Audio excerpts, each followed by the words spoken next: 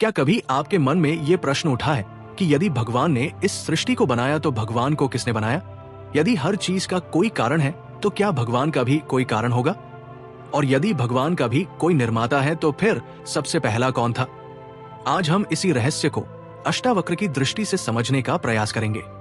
ये कहानी किसी मत को अंतिम सत्य घोषित नहीं करती, बल्कि भारतीय दार्शनिक परंपरा में मिलने वाले अद्वैत चिंतन से प्रेरित एक आध्यात्मिक प्रस्तुति है। जनक की राजसभा में उस दिन असाधारण शांति थी। किसी ने वीणा नहीं बजाई, किसी ने शंख नहीं फूंका। ऐसा लगता था मानो स्वयं समय भी रुककर किसी उत्तर की प्रतीक्षा कर रहा हो।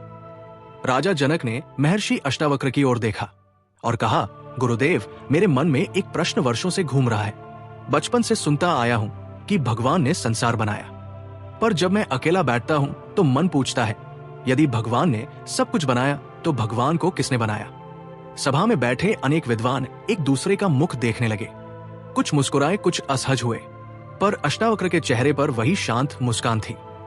उन्होंने कहा, राजन, ये प्रश्न तब तक बना रहेगा जब तक तुम भगवान को भी संसार की वस्तुओं की तरह समझते रहोगे। जनक ने पूछा, क्या भगवान वस्तु नहीं है? अष्टावक्र बोले, जो बनता है वो बदलता है, जो बदलता है वो नष्ट होता है। यदि भगवान भी बने हैं तो वे भी बदलेंगे और नष्ट होंगे। फिर वे भगवान कैसे हुए? राजा जनक गहरे विचार में डूब गए। अष्टावक्र ने भूमि पर पड़ा एक मिट्टी का घड़ा उठाया। राजन, ये घड़ा किसने बनाया? कुम्हार ने। और कुम्हार किसने बनाया? उसके माता पिता ने। और उनके माता पिता। जनक ने उत्तर दिया। इस प्रकार तो श्रृंखला बहुत पीछे तक जाएगी। अष्टावक्र मुस्कुराए। यही संसार का नियम है। हर बनी हुई वस्तु किसी और पर निर्भर होती है, पर यदि हर कारण के पीछे एक और कारण खोजते जाओ तो अंत कभी नहीं मिलेगा। इसलिए किसी बिंदु पर ऐसा सत्य होना चाहिए जो स्वयं किसी कारण से उत्पन्न ना हुआ हो। सभा मौन हो गई। अष्टावक्र बोले, उसी को सनातन, अनादि और अनंत कहा गया है। उन्होंने आगे कहा, जिसका आरंभ हो उसका अंत भी होगा, पर जिसका कभी आरंभ ही नहीं हुआ उसका अंत भी नहीं हो सकता। राजा जनक ने पूछा, तो क्या भगवान समय से भी पहले थे? अष्टावक्र ने उत्तर दिया, समय भी उसी में प्रकट होता है। जैसे स्वप्न देखने, गला साफ करने की आवाज वाला स्वप्न के भीतर नहीं बनता, बल्कि स्वप्न उसी से प्रकट होता है, वैसे ही चेतना से समय, स्थान और जगत का अनुभव प्रकट होता है। सभा में बैठे एक युवा शिष्य ने पूछा, गुरुदेव, यदि भगवान दिखाई नहीं देते तो हम उन्हें कैसे माने? अष्टावक्र ने पास रखे दीपक की ओर संकेत किया। तुम दीपक की लौ देखते हो, पर क्या तुम प्रकाश को पकड़ सकते हो? नहीं, फिर भी प्रकाश के बिना कुछ दिखाई नहीं देता। उसी प्रकार परम सत्य को किसी वस्तु की तरह पकड़ा नहीं जा सकता, पर उसी के कारण सबका अनुभव संभव है। कुछ क्षण बाद उन्होंने कहा, मन भगवान को वस्तु बनाना चाहता है, जबकि अष्टावक्र का संकेत उस चेतना की ओर है जो देखने वाले, देखे जाने वाले और देखने की प्रक्रिया तीनों का आधार है। राजा जनक ने पूछा, तो क्या भगवान किसी सिंहासन पर बैठे हुए एक व्यक्ति नहीं है? अष्टावक्र बोले, मन प्रतीकों के माध्यम से समझता है, इसलिए अनेक रूपों में ईश्वर की उपासना होती है। पर जब ज्ञान जागता है तब साधक उस आधार की खोज करता है जो सभी रूपों में समान रूप से विद्यमान है। उन्होंने आगे कहा, समुद्र में अनगिनत लहरें उठती है। यदि कोई लहर पूछे, मुझे किसने बनाया, तो उत्तर होगा समुद्र। पर यदि समुद्र से पूछा जाए, तुम्हें किसने बनाया, यह प्रश्न उसी प्रकार का है जैसे चेतना से पूछा जाए कि चेतना को किसने बनाया। अद्वैत में चेतना को अनादि कहा गया है। सभा में गहरी शांति छा गई। अष्टावक्र ने धीरे से कहा, राजन, प्रश्न गलत नहीं है, पर कभी कभी प्रश्न जिस आधार पर खड़ा होता है वही अधूरा होता है। जब हम संसार के नियमों को परम सत्य पर लागू करते हैं तब भ्रम पैदा होता है। राजा जनक ने सिर झुका लिया। गुरुदेव, अब मुझे अनुभव हो रहा है कि मैं भगवान को भी एक वस्तु की तरह सोच रहा था। अष्टावक्र ने उत्तर दिया, यही अज्ञान का आरंभ है और इसी का अंत ज्ञान का आरंभ बनता है। और उसी क्षण सभा का वातावरण पहले से भी अधिक शांत हो गया। ऐसा लगा मानो सभी के भीतर वर्षों से उठ रहा एक प्रश्न पहली बार ठहर गया हो। राजसभा में कुछ क्षणों तक गहरा मौन छाया रहा। ऐसा मौन जिसमें शब्द समाप्त हो जाते हैं और केवल अनुभव बोलता है। राजा जनक ने फिर धीरे से पूछा, गुरुदेव, यदि भगवान का कोई निर्माता नहीं है तो ये सृष्टि कैसे प्रकट हुई? पर्वत, नदियां, आकाश, मनुष्य, जीव जंतु, ये सब कहां से आए? महर्षि अष्टावक्र ने मुस्कुराकर कहा, राजन, यही वो स्थान है जहां अधिकांश लोग भ्रमित हो जाते हैं। वे समझते हैं कि सृष्टि का निर्माण उसी प्रकार हुआ होगा जैसे कोई कुम्हार घड़ा बनाता है, पर परम सत्य को किसी कारीगर की तरह समझना, उसकी सीमा बांध देना है। उन्होंने एक दर्पण मंगवाया। दर्पण को सभा के बीच रखकर बोले, इस दर्पण में कितने चेहरे दिखाई दे रहे हैं? जनक ने उत्तर दिया, जितने लोग सामने खड़े हैं उतने। क्या दर्पण ने उन चेहरों को बनाया है? नहीं। क्या दर्पण उनके बिना दिखाई देता है? हाँ। अष्टावक्र बोले, इसी प्रकार परम चेतना सबका आधार है। संसार उसमें प्रकट होता है, पर वो संसार से बंधती नहीं। सभा के एक विद्वान ने प्रश्न किया, तो क्या संसार असत्य है? अष्टावक्र ने शांत स्वर में उत्तर दिया, नहीं, संसार का अनुभव असत्य नहीं है, पर वो परिवर्तनशील है। जो बदलता है वो स्थायी नहीं होता। अद्वैत का संकेत यह है कि परिवर्तन के पीछे जो अपरिवर्तनशील आधार है वही ब्रह्मा है। उन्होंने आगे कहा, बालक मिट्टी से हाथी बनाता है, घोड़ा बनाता है, घर बनाता है, आकार बदलते रहते हैं, पर मिट्टी वही रहती है। इसी प्रकार नाम और रूप बदलते रहते हैं, पर मूल सत्य एक ही रहता है। राजा जनक अब पूरी तन्मयता से सुन रहे थे। उन्होंने पूछा, क्या आत्मा भी उसी सत्य का भाग्य है? अष्टावक्र बोले, भाग्य नहीं, उसी का प्रकाश है। जैसे हजारों पात्रों में एक ही सूर्य का प्रतिबिंब दिखाई देता है। पात्र अलग अलग है, जल अलग अलग है, पर सूर्य एक ही है। उन्होंने सभा में रखे जल से भरे पात्रों की ओर संकेत किया। यदि एक पात्र टूट जाए तो क्या सूर्य टूट जाता है? नहीं। यदि जल सूख जाए तो क्या सूर्य समाप्त हो जाता है? नहीं। उसी प्रकार शरीर बदलता है, मन बदलता है, विचार बदलते हैं, पर चेतना का आधार नहीं बदलता। सभा में बैठे अनेक शिष्य विस्मित थे।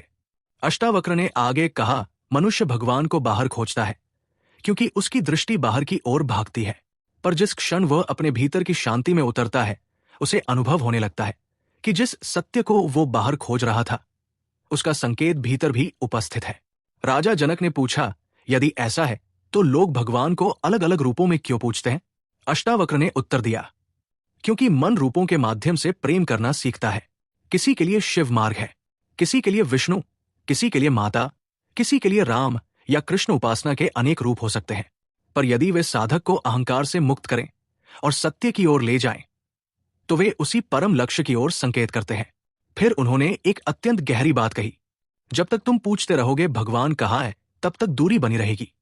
जिस दिन प्रश्न बदलकर ये होगा, मैं वास्तव में कौन हूं, उसी दिन यात्रा भीतर की ओर मुड़ जाएगी। राजा जनक की आंखें नम हो गई।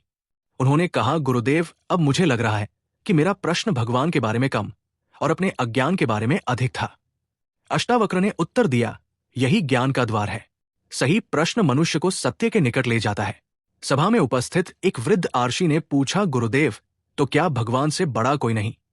अष्टावक्र ने शांत स्वर में कहा, यदि भगवान से तुम्हारा अर्थ उस परम अनादि अनंत सत्य से है, जो किसी कारण से उत्पन्न नहीं हुआ, तो उससे बड़ा कोई नहीं कहा जा सकता, क्योंकि बड़ा और छोटा भी उसी जगत की धारणाएं हैं, जो उसी के आधार पर अनुभव किया जाता है। उन्होंने आगे कहा, जहां तुलना समाप्त हो जाती है, वही ब्रह्मा का संकेत आरंभ होता है। सभा में बैठे सभी लोग मौन थे। अष्टावक्र ने अंतिम उदाहरण दिया, तुम आकाश से पूछो, तुम्हारे बाहर क्या है? प्रश्न का उत्तर नहीं मिलेगा, क्योंकि बाहर की कल्पना ही आकाश के भीतर बनती है। उसी प्रकार परम सत्य के लिए उससे बड़ा कौन पूछना भी सीमित बुद्धि का प्रश्न है। राजा जनक ने गहरी सांस ली। उन्हें लगा कि उनका वर्षों पुराना संशय धीरे धीरे विलीन हो रहा है। पर तभी उनके मन में एक और प्रश्न उठा, यदि ये सब इतना स्पष्ट है, तो फिर मनुष्य इस सत्य का अनुभव क्यों नहीं कर पाता? कौन सा पर्दा उसे उसके वास्तविक स्वरूप से दूर रखता है? महर्षि अष्टावक्र ने जनक की ओर देखा और मुस्कुराए। राजन, यही सबसे बड़ा रहस्य है।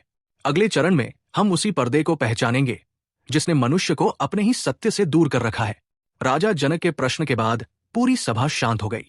सभी की दृष्टि महर्षि अष्टावक्र पर टिक गई। अष्टावक्र ने धीरे से कहा, राजन, तुमने पूछा कि यदि परम सत्य इतना निकट है तो मनुष्य उसे अनुभव क्यों नहीं कर पाता? इसका उत्तर किसी पहाड़ की चोटी पर नहीं, तुम्हारे अपने मन में छिपा है। जनक ने विनम्रता से कहा, गुरुदेव, कृपा करके स्पष्ट करें। महर्षि बोले, जब झील का जल शांत होता है तब उसमें चंद्रमा स्पष्ट दिखाई देता है, लेकिन जब वही जल लहरों से भर जाता है तब चंद्रमा टूटता हुआ दिखाई देता है। क्या सचमुच चंद्रमा टूट गया होता है? नहीं गुरुदेव। इसी प्रकार परम सत्य कभी नहीं बदलता। बदलता केवल मन है। मन की अशांति ही सत्य को छिपा देती है। सभा में बैठे सभी लोग ध्यानपूर्वक सुन रहे थे। अष्टावक्र ने आगे कहा, मनुष्य अपने शरीर को मैं मानता है, अपने विचारों को मैं मानता है, अपने नाम, धन, परिवार और पद को मैं मानता है। यही सबसे बड़ा भ्रम है। उन्होंने पूछा, जब तुम छोटे थे तुम्हारा शरीर अलग था, आज अलग है, फिर भी मैं वही हूं। यदि शरीर बदल गया तो वो मैं कौन है? जो कभी नहीं बदला राजा। जनक मौन रहे। महर्षि बोले, वही तुम्हारा वास्तविक स्वरूप है, वही चेतना है। उसी चेतना का संकेत अष्टावक्र गीता करती है। फिर उन्होंने एक सुंदर उदाहरण दिया। रात्रि में स्वप्न आता है। स्वप्न में तुम राजा भी बन सकते हो, भिखारी भी, भयभीत भी होते हो, प्रसन्न भी होते हो। लेकिन जैसे ही जागते हो समझ जाते हो कि ये सब मन का खेल था। उन्होंने आगे कहा, अष्टावक्र कहते हैं कि जब आत्मज्ञान होता है तब संसार के प्रति दृष्टि बदल जाती है। संसार मिटता नहीं, लेकिन उसके प्रति मोह और भय ढीले पड़ जाते हैं। राजा जनक ने पूछा, तो क्या भगवान को पाने का अर्थ किसी विशेष स्थान तक पहुंचना नहीं है? महर्षि मुस्कुराए, भगवान को पाने का अर्थ उस सत्य को पहचानना है जो कभी तुमसे अलग था ही नहीं। उन्होंने सभा की ओर देखकर कहा, मनुष्य जीवन भर बाहर खोजता रहता है। कोई तीर्थों में, कोई पर्वतों में, कोई जंगलों में। इन सब का अपना महत्व हो सकता है, पर यदि भीतर का मन शांत नहीं हुआ तो सत्य का अनुभव अधूरा रह जाएगा। फिर अष्टावक्र ने अत्यंत गहरी बात कही, जिस दिन तुम्हें यह अनुभव हो जाएगा कि देखने वाला, देखने की प्रक्रिया और दिखाई देने वाला, तीनों का आधार एक ही चेतना है, उसी दिन तुम्हारे प्रश्न समाप्त होने लगेंगे। सभा में बैठे शिष्यों के चेहरे पर आश्चर्य और शांति दोनों दिखाई दे रहे थे। राजा जनक ने हाथ जोड़कर कहा, गुरुदेव, अब मैं समझ गया कि मेरा प्रश्न था, भगवान को किसने बनाया? लेकिन उत्तर मिला, जिसे बनाया जा सके वो परम सत्य नहीं हो सकता। अष्टावक्र ने सिर हिलाया। ठीक कहा राजन, जो जन्म लेता है उसका अंत होता है, जो बना है वो मिटेगा, पर जिसे ना समय बांध सके, ना स्थान सीमित कर सके, ना कारण उत्पन्न कर सके, उसी को अनादि कहा गया है। कुछ क्षण बाद उन्होंने अंतिम शिक्षा दी। इसलिए भगवान से बड़ा कौन है, यह प्रश्न तभी तक है जब तक मन तुलना करता है। जहां तुलना समाप्त होती है वही अद्वैत का अनुभव आरंभ होता है। सभा में पूर्ण मौन छा गया। राजा जनक ने सिंहासन से उतरकर महर्षि अष्टावक्र के चरणों में प्रणाम किया और बोले, आज मुझे उत्तर ही नहीं मिला, प्रश्न पूछने का सही तरीका भी मिल गया। महर्षि ने उन्हें उठाया और कहा, याद रखो, राजन, ज्ञान का उद्देश्य बहस जीतना नहीं, अज्ञान को समाप्त करना है। जो अपने भीतर सत्य का प्रकाश जगा लेता है उसके लिए समस्त सृष्टि ईश्वर की अभिव्यक्ति बन जाती है।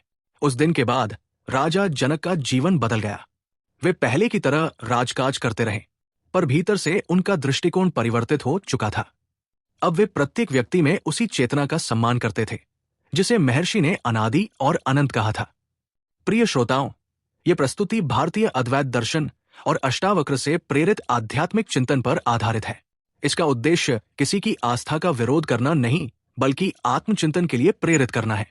यदि इस कथा ने आपके मन में नए प्रश्न जगाए हैं तो उन्हें दबाइए मत। सत्य की खोज प्रश्नों से ही प्रारंभ होती है, और जब खोज ईमानदार होती है तो उत्तर केवल शब्दों में नहीं, अनुभव में मिलने लगते हैं। धन्यवाद। हरि ओम।